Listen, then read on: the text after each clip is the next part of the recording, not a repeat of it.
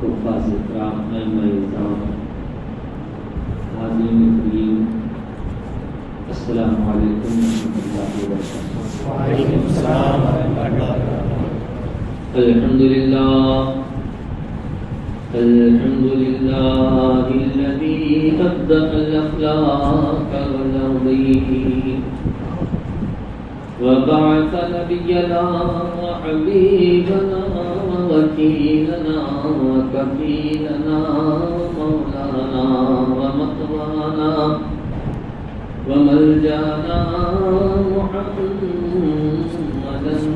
صلی اللہ تعالی علیہ وسلم خاتم النبیین وأرسله بالهدى ودين الحق ليظهره على الدين كله فصلاة الله وسلامه على سيد الأنبياء في الجامع الجود والعطاء ماحي الذنوب والخطا شفيعنا يوم الجزاء حبيب رب العلا محمد المصطفى صلى الله تعالى عليه وعلى آله وصحبه أجمعين أما بعد فأعوذ بالله من الشيطان الرجيم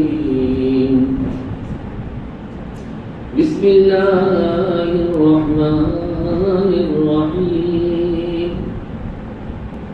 إنما يريد الله ليذهب عنكم الرجس أهل البيت ويطهركم تطهيرا صدق الله مولانا العظيم إن الله وملائكته يصلون على النبي يا أيها الذين آمنوا صلوا عليه وسلموا تسليما اللهم صل وسلم وبارك على سيدنا مولانا محمد طب القلوب ودوائها وعافية الأبدان وشفائها ونور الأبصار وضيائها وآله وصحبه بارك وسلم صلاة وسلاما عليك يا رسول الله صلاة وسلام عليك يا حبيب الله صلاة وسلام عليك يا خير خلق الله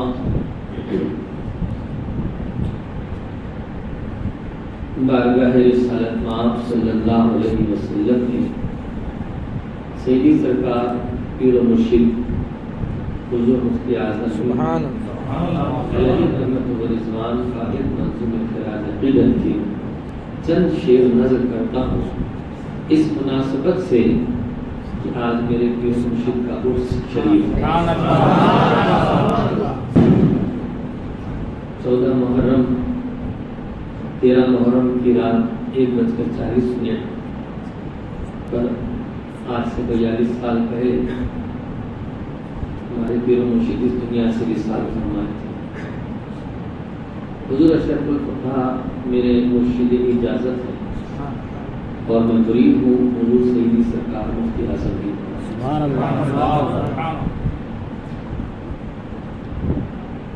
سرکار مفتی اعظم ان کی غلامی خلافتوں سے بھی اونچی ہے، ولایتوں سے اونچی ہے۔ تو سماعت فرمائے بہت مشہور نعت پاک ہے، حبیب خدا کا نظارہ کروں میں،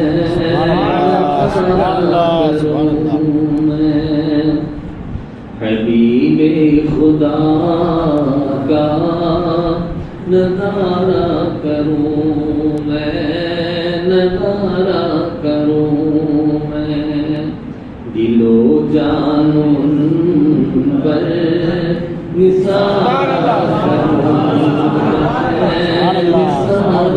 کروں میں، اگر ہاتھ آئے میرے تخت شاہی، اگر مجھے بادشاہت کا تخت مل جائے اگر ہاتھ آئے میرے تخت شاہی تیری کشف پا پر نثارا کروں میں، دل و جان پر نثارا کروں میں، نثارا کروں میں، یہ ایک جان کیا ہے اگر ہو کرو، یہ ایک جان کیا ہے اگر ہو کرو، ہر ایک جان ان پر نثارا کروں میں۔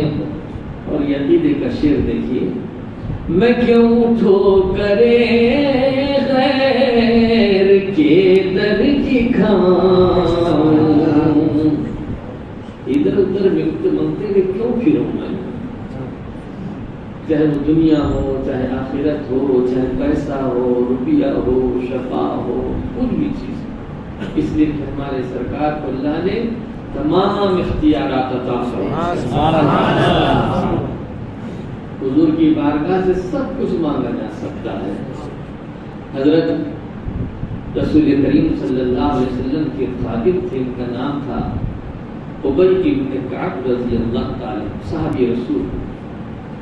وہ کہتے ہیں کنت اتیتہ بوضوئہ ومائہ، میں ہر روز سرکار کو راتوں میں کنت ابیت عند رسول اللہ صلی اللہ علیہ وسلم واتیتہ بوضوئہ ومائہ، میں راتوں میں حضور کے پاس رہتا تھا اور حضور کو وضو کراتا تھا پانی لا کے۔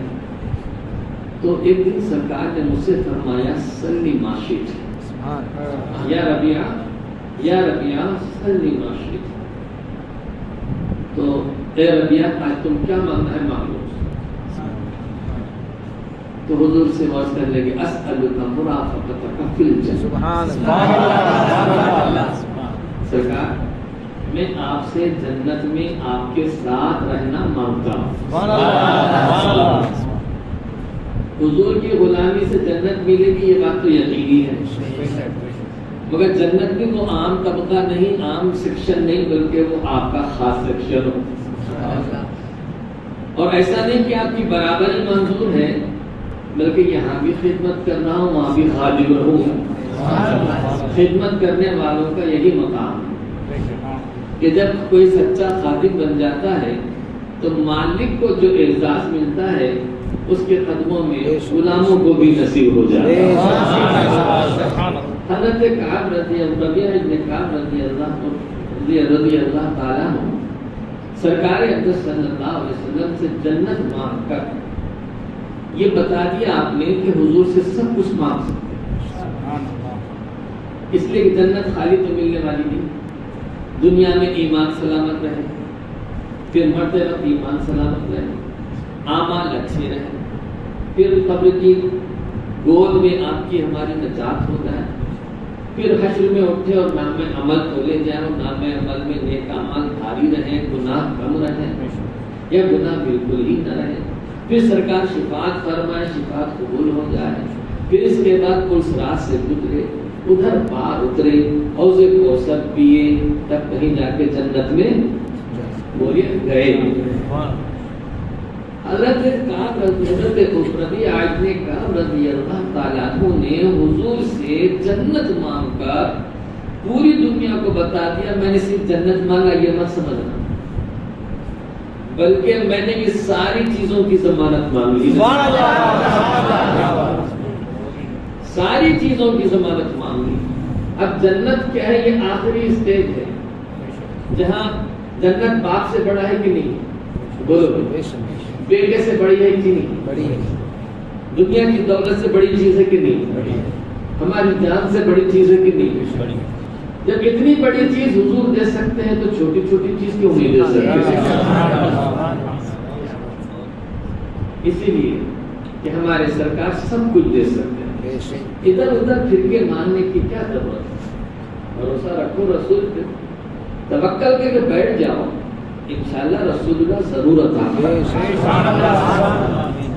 سرکار مفتی اعظم بھی بارگاہ رسالت میں عرض کیا کرتے ہیں تو دیکھو، میں کیوں ٹھوکرے غیر کے در کی کھاؤں، میں کیوں ٹھوکرے غیر کے در کی کھاؤں، تیرے در سے اپنا گزارا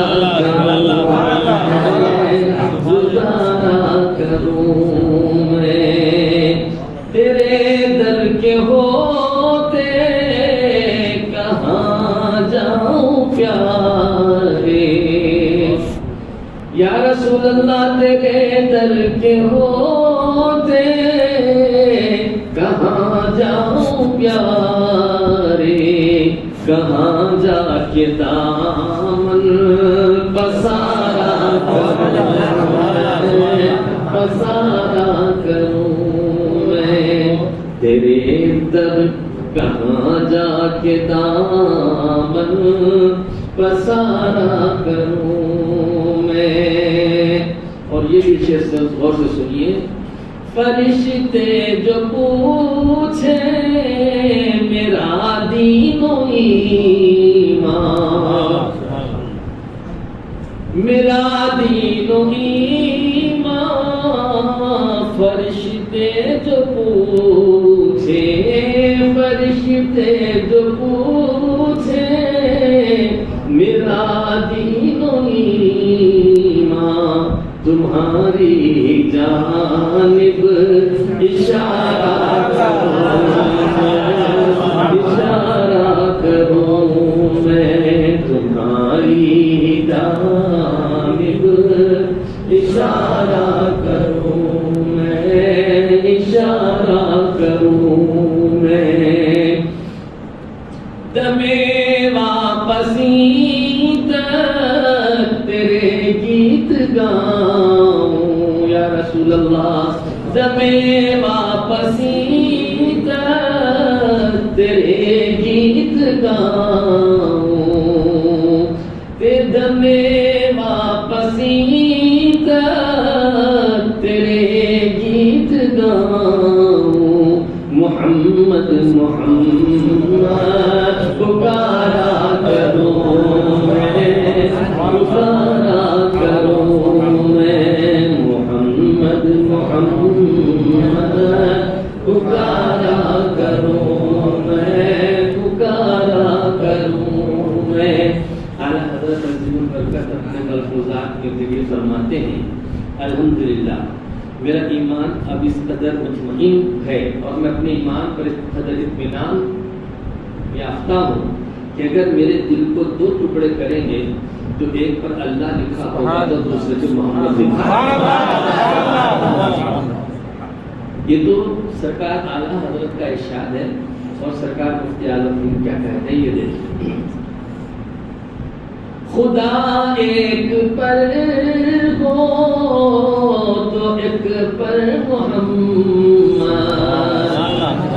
خدا ایک پر ہو تو ایک پر محمد، اگر قلب اپنا دوبارہ کروں، دوبارہ کروں میں، خدا ایک پر ہو تو ایک پر محمد، اگر قلب اپنا دوبارہ کروں میں، دوبارہ کروں میں، خدا خیر سے لائے وہ دن نوری۔ صدر مفتی اعظمین کے پیر و مرشد کا نام احمد نوری مارحرمی تھا، اسی نام کی مناسبت سے آپ اپنا تخلص نوری استعمال کرتے تھے، اور اس شعر میں لفظ بہارا کروں میں، بہارا کے معنی جھاڑو دینا، خدا خیر سے لائے وہ دن بھی نوری، مدینے کی گلیاں بہارا کروں میں، مدینے کی گلیاں بہارا کروں میں، بہارا کروں میں۔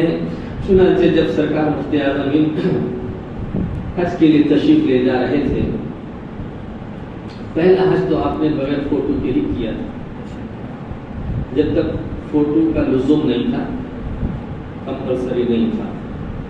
سیکنڈ ٹائم جب آپ حج کو جا رہے تھے تو فوٹو کمپلسری ہو گئی تھی۔ آپ نے کہا اگر فوٹو کھینچوانا ہے تو میں اس کو نہیں کروں۔ اللہ اکبر۔ اس وقت ہندوستان کے پرائم منسٹر اندرا گاندھی تھی، انہوں نے اپنے خاص حکم سے، مطلب اپنی ذمہ داری پر حضور مفتی اعظم کو بغیر فوٹو اور بغیر پاسپورٹ کے حج کرنے کی اجازت دی۔ اور جب حج کو تشریف لے گئے تو آپ کے جو ساتھ خدام تھے، لوگ تھے، وہ بتاتے ہیں کہ آپ وہاں کے جھاڑو دینے والوں سے مسجد نبی کی، جھاڑو دینے والوں کے ہاتھ سے جھاڑو لے کر مسجد نبی کو جھاڑو دیا کرتے تھے۔ دوستو، یہ رسول اللہ صلی اللہ علیہ وسلم کی محبت ہے، اور یہی محبت قیامت میں کام آنے والی چیز ہے، اور یہ محبت ہمارے لیے ہمارے ایمان کا ایک حصہ ہے۔ ساری چیزیں مسلمان ہونے کے بعد آدمی پر بعد میں لازم آتی ہے، لیکن رسول کی تعظیم اور رسول کی محبت کلمہ پڑھتے ہی واجب اور ضروری ہو جاتی ہے۔ جیسے رسول اللہ صلی اللہ علیہ وسلم کی تعظیم اور حضور کی محبت کسی بھی کلمہ پڑھنے والے کو کلمہ پڑھتے ہی لازم اور ضروری ہو جاتی ہے، ویسے ہی حضور اکرم صلی اللہ علیہ وسلم کے فرمان کے مطابق اہل بیت کی محبت بھی ضروری ہو جاتی ہے، صحابہ کی محبت بھی ضروری ہو جاتی ہے، حضور کے اولاد کی محبت بھی ضروری ہو جاتی ہے۔ اور یہ ساری محبتیں ضروری اس لیے ہیں کہ بغیر ان کی محبت کے رسول کی محبت مکمل نہیں ہوتی، حضور کی محبت مکمل نہیں ہوتی۔ حضور کی محبت اسی وقت کامیاب ہے، اسی وقت مکمل مانی جائے گی جب رسول اللہ صلی اللہ علیہ وسلم کے اہل بیت سے بھی محبت ہو، رسول اللہ صلی اللہ علیہ وسلم کے صحابہ سے بھی محبت۔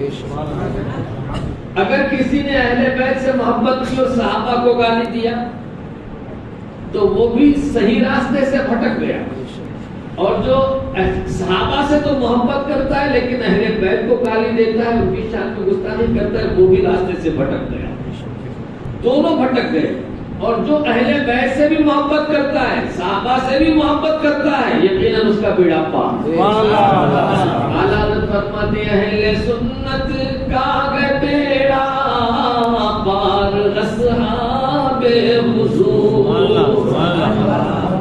اہل سنت کا بیڑا پار اصحاب حضور، نظم ہے اور نام ہے عطرت رسول اللہ کی۔ سبحان اللہ، سبحان اللہ۔ حضور نے فرمایا ہے کہ مثل اہل بیتی مثل سفینۃ نوح، میرے اہل بیت کی مثال نوح علیہ السلام کی کشتی کی طرح ہے۔ من رکبها نجا ومن تخلف عنها غرق وهلك، جو اس کشتی میں سوار ہو گیا وہ نجات پا گیا، اور جو اس سے پیچھے رہ گیا یا منہ موڑ لیا وہ ہلاک ہو گیا۔ ہاں وہ ان کا بیٹا ہی کیوں نہ ہو، وہ ہلاک ہو گیا۔ قرآن کہتا ہے کہ حضرت نوح علیہ السلام کا بیٹا اس کشتی میں سوار ہونے سے انکار کیا، پانی میں ڈوب گیا اور مر گیا۔ آپ نے فرمایا تھا کہ بیٹا کشتی میں بیٹھ جا، کہنے لگا نہیں میں تمہاری کشتی میں نہیں بیٹھوں گا۔ سآوی الی جبل یعصمنی من الماء، میں کیسے پہاڑ پر چڑھ جاؤں گا تو مجھے پانی سے بچا لے گا. حضرت نوح علیہ السلام نے فرمایا یا بنی لا عاصم اليوم من امر اللہ، اے میرے بچے آج اللہ کے عذاب سے کوئی بچانے والا نہیں. قرآن فرماتا ہے وحال بینہم الموت فکان من المغرقین. ایک موج اٹھی، حضرت نوح علیہ السلام دعا کرنے لگے یا اللہ یہ میرا بیٹا ہے، یہ میرا بیٹا ہے، اس کو بچا لے. تو نے وعدہ فرمایا ہے کہ نوح جو تمہارا ہے میں اس کو بچا لوں گا. یا اللہ یہ میرا بیٹا ہے، اس کو بچا لے. تو اللہ نے فرمایا کہ نہیں یا نوح انہ لیس من اہلک انہ عمل غیر صالح. اللہ نے فرمایا نوح وہ تمہارا بیٹا نہیں ہے، وہ بد عمل ہے، وہ بیکار گناہگاری کے کام کرنے والا ہے، وہ تمہارا بیٹا نہیں ہے. قرآن فرماتا ہے وحال بینہم الموج فکان من المغرقین. اور ایک بڑی موج اٹھی دونوں کے باپ بیٹے کے بیچ میں، اور اس نے آپ کے بیٹے کو ڈبا دیا. اس کے برخلاف آپ دیکھیں کہ نوح علیہ السلام جب طوفان ختم ہو گیا تو ایک طرف نکلے تھے.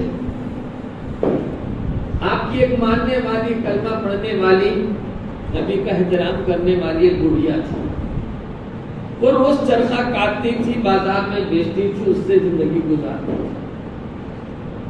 حضرت نوح علیہ السلام نے اس سے کہا کہ دیکھ طوفان آنے والا ہے. اس نے کہا اللہ کے نبی آپ مجھے بتا دیجئے کب آنے والا ہے تو میں جب آپ کے ساتھ چلوں. آپ نے فرمایا پانی کا ایک میں نے گھر بنایا ہے، پانی کے چلنے کا ایک گھر بنایا ہے، تو آ کے اس میں بیٹھ جا. کہنے لگی اللہ کے نبی آپ مجھے بتائیے میں آ کے بیٹھ جاؤں. ہوا یہ کہ اس نے ایک دن حضرت نوح علیہ السلام سے کہا کہ میں نے سارا سامان باندھ کے رکھا ہے. کہا جب آئے گا تو بتاؤ. اتفاق یہ ہوا کہ نوح علیہ السلام جب طوفان آیا تو آپ سے بھول ہو گئی. نبیوں سے یہ ممکن ہے، اس کو ظہول کہتے ہیں. آپ سے بھول ہو گئی اور وہ آپ طوفان آیا، طوفان بچا، بیٹا ڈوب گیا، سب غرق ہو گیا، پورے زمین پر جاندار چیزیں ختم ہو گئی. صرف وہی چیزیں باقی رہی جو آپ کی کشتی میں موجود تھی. ایک دن آپ طوفان کے ختم ہونے کے بعد نکلے تو اس گاؤں کی طرف نکلے جہاں وہ بڑھیا رہتی تھی. جا کر دیکھا تو بڑھیا بیٹھی چرخہ چلا رہی. جو ہی بڑھیا نے آپ کو دیکھا کہا اللہ کے نبی چلو سامان میں نے تیار کر رکھا ہے. حضرت نوح علیہ السلام کہنے لگے طوفان آیا، بہت بھینکر طوفان آیا، پوری زمین ڈوب گئی، 6 مہینے تک زمین ڈوبی رہی پانی میں. کہنے لگے کیسا طوفان آیا، میرے آنگن میں پانی تک نہیں آیا. میرے آنگن میں پانی تک نہیں آیا. ایمان والا اگر ہے، اگر حضرت نوح علیہ السلام بارگاہ الہی میں عرض کریں کہ الہ العالمین کیا ماجرا ہے، تو اللہ فرمائے گا کہ نوح تم بھول گئے مگر میں نہیں بھولتا. میں بھول سے پاک ہوں. وہ تیری امتی ہے، میری نباندی ہے. تیرا کلمہ پڑھتی ہے، میرا بھی کلمہ پڑھتی ہے. اے نبی تجھے مانتی ہے تو مجھے بھی مانتی ہے. تو بھول گیا تو کہا میں نے بچا لیا. اور ایسے بچایا کہ اس کا گھر بھی بچا، اس کا باڑا بھی بچا، اس کا آنگن بھی بچا، اس کا آس پاس بھی بچ گیا. یہ بھی خبر نہیں ہو سکتی اس کو کہ طوفان آیا کہ نہیں آیا، گیا کہ نہیں گیا. حضرت نوح علیہ السلام کا بیٹا حالانکہ ان کا اپنا تھا مگر وہ ڈبا دیا گیا. حالانکہ اس عورت نے کچھ نہیں کیا تھا، ان کا کلمہ پڑھ لیا تھا، محبت کر لی تھی، تو اس اللہ تبارک و تعالیٰ نے اس کی حفاظت فرما لی. یہ بات ہمارے لیے سبق ہے کہ اگر نبی کو سچے دل سے مان لو، چاہے کہیں بھی رہو، اللہ کا وعدہ تم تک آنے والا ہے. اللہ نے وعدہ فرمایا تمہارے لیے جنت کا. وہ فرماتا ہے اللہ ولی الذین آمنوا یخرجهم من الظلمات الی النور. اللہ مسلمانوں کا دوست ہے، اللہ مسلمانوں کا مددگار ہے اور انہیں جہنم سے جنت کی طرف لے کر چلتا ہے. یقیناً اللہ تبارک و تعالیٰ کی عنایت ہر مسلمان کے ساتھ ہے، مگر یقین کامل ہو کہ مجھے مصطفیٰ پر ایمان ہے. اپنے ایمان پر ناز کے ساتھ رہو. اللہ تبارک و تعالیٰ آپ تک اپنی نیاز ضرور پہنچاتا ہے، اس کی اللہ تبارک و تعالیٰ کی عطا آپ تک ضرور پہنچے گی۔ عزیزان گرامی، میں تو عرض یہ کر رہا تھا کہ حضرت نوح علیہ السلام کی کشتی، اللہ کے نبی فرماتے ہیں میری اولاد نوح علیہ السلام کی کشتی کی طرح ہے، جو اس میں بیٹھ گیا وہ پار ہو گیا، نجات پا گیا۔ جیسے نوح علیہ السلام کے زمانے میں لوگ طوفان سے بچنے کے لیے اس کشتی میں بیٹھ گئے تھے اور وہ پار ہو گئے، نجات پا گئے۔ اللہ کے حبیب اپنے قیامت تک آنے والے تمام غلاموں سے یہ فرما رہے ہیں اگر قیامت کے دن کی نجات چاہتے ہو تو میرے اہل بیت کی کشتی میں سوار ہو۔ اچھا، جو کشتی بات کیا، کشتی میں جو بیٹھتا ہے خود وہ کشتی میں چھیڑ نہیں ڈال سکتا، ڈالے گا کیونکہ سے معلوم اگر ڈالوں گا تو میں بھی ڈوب جاؤں گا، دوسرے ڈوبیں گے نہیں، کشتی ڈوبے گی تو میں بھی ڈوب جاؤں گا۔ حضور نے اسی لیے کشتی کی مثال بھی دی ہے اور کشتی میں سوار ہونے کا بھی حکم فرمایا ہے۔ جو کشتی میں سوار ہوا امام حسین کی برائی نہیں کر سکتا، جو کشتی میں بیٹھا ہے اہل بیت کو گناہگار ثابت نہیں کر سکتا، جو کشتی میں بیٹھا ہوا ہے وہ کبھی اللہ کے رسول کے خاندان پر کوئی غلط انگلی نہیں اٹھائے گا بلکہ اس کشتی کی بچانے کے لیے کوشش کرے گا۔ اگر کوئی آندھی اٹھے گی تو اس کا مقابلہ کرے گا، طوفان آئے گا تو اس کے لیے ڈھال بن جائے گا، اس کو کشتی کو بچانے کی کوشش کرے گا۔ اس لیے کہ کشتی بچانا ہمارا کام نہیں ہے بلکہ کشتی بچ گئی تو ہم بچ گئے، کشتی بچ گئی تو ہم بچ گئے، اگر کشتی لٹ گئی تو ہم لٹ گئے۔ آج ہم دیکھ رہے ہیں وہابی، تبلیغی، ذاکر نائکی، یہ سب امام حسین کے خلاف میں یزید کو امیر المومنین کہتے ہیں، یزید کو رحمت اللہ علیہ کہتے ہیں۔ اس کو رحمت اللہ علیہ کہنا ہی اس بات کا ثبوت ہے کہ ان کو امام حسین سے دشمنی ہے، بیر ہے۔ وہ یہ سمجھتے ہیں کہ امام حسین کا اقدام غلط تھا، ان کا کام غلط تھا، ان کی جنگ غلط تھی، یا ان کا ارادہ غلط تھا، یا ان کا منشا غلط تھا۔ اللہ کرے، اللہ تبارک و تعالیٰ خوب جانتا ہے اور خوب اللہ تبارک و تعالیٰ نے واضح فرما دیا ہے کہ امام علی مقام کا پوزیشن کیا ہے۔ اگر وہ یہ کہتے ہو تو ہم ان سے صرف ایک ہی بات کہیں گے، تم یہ دعا کرو کہ کل قیامت میں تمہارا حشر یزیدیوں میں ہو۔ ہم یہ دعا کریں کہ یا اللہ ہمارا حشر امام حسین کے غلاموں میں، جو جدھر ہے ادھر جانے والا ہے۔ اس لیے سرکار نے ایک مرتبہ فرمایا تھا، حضرت سیدنا علی رضی اللہ تعالیٰ عنہ اس حدیث کے راوی ہیں، فرماتے ہیں سیدنا علی کرم اللہ تعالیٰ وجہ کریم، حضور نے فرمایا جنت میں سب سے پہلے میں جاؤں گا۔ پھر حضرت علی نے کہا کہ پھر اس کے بعد فرمایا فاطمہ، حسن، حسین جائیں گے، اس میں مولا کائنات بھی ہے۔ تو حضرت سیدنا علی رضی اللہ تعالیٰ عنہ نے فوراً سوال کیا، وَمُحِبُّونَ، اور جو لوگ ہم سے محبت کرتے ہیں وہ فرمایا وَهُمْ فِي وَرَائِكُمْ، وہ سب تمہارے پیچھے پیچھے جنت میں ہیں۔ تو جو ان کے چاہنے والے ہیں وہ تو ان کے پیچھے پیچھے جنت میں جائیں گے، ان کے لیے نجات ہے۔ اور ہم کشتی میں سوار ہیں، اس لیے ہماری ذمہ داری ہے کہ جو ہماری کشتی کو اور کشتی کے نگہبان کو، کشتی کے ملاح کو، کشتی کی تیرنے کو، کشتی کی سمت کو غلط ثابت کرنے کی کوشش کرے گا، اس کا مقابلہ کرنا ہمارا کام ہے۔ اور اگر اتنا نہیں ہو سکتا تو کم سے کم اس کے ویڈیو کو نہیں دیکھنا چاہیے، اس سے دور رہنا چاہیے، ایسوں کی صحبت سے بچنا چاہیے، اس لیے کہ جو برائی ہے وہ جلدی سے دل میں اثر کر جاتی ہے، جو برائی ہے آدمی کو جلدی اپنی طرف کھینچ لیتی ہے، نیکیاں آدمی کو کم مائل کرتی ہے، اس کو کم اٹریکٹیو کرتی ہے۔ جو غلط بیان ہوتے ہیں وہی آدمی کو بہت زیادہ نقصان پہنچاتے ہیں۔ ایسوں کی صحبت سے بچنا، ایسوں کی ویڈیو سے بچنا، ایسوں کے پاس بیٹھنے سے بچنا، یہ ہمارے اپنے ایمان کے لیے ضروری ہے، اس لیے کہ ہمارا ایمان شیشے کا ہے، پتھر کا نہیں ہے۔ وہ پتھر کے وہ صحابہ کرام تھے جن کو ہزاروں پتھر مارے گئے، حضرت سیدنا بلال کو پتھر مارا گیا، وہ ہنستے تھے، جب پتھر مارتے تھے لوگ وہ ہنستے تھے۔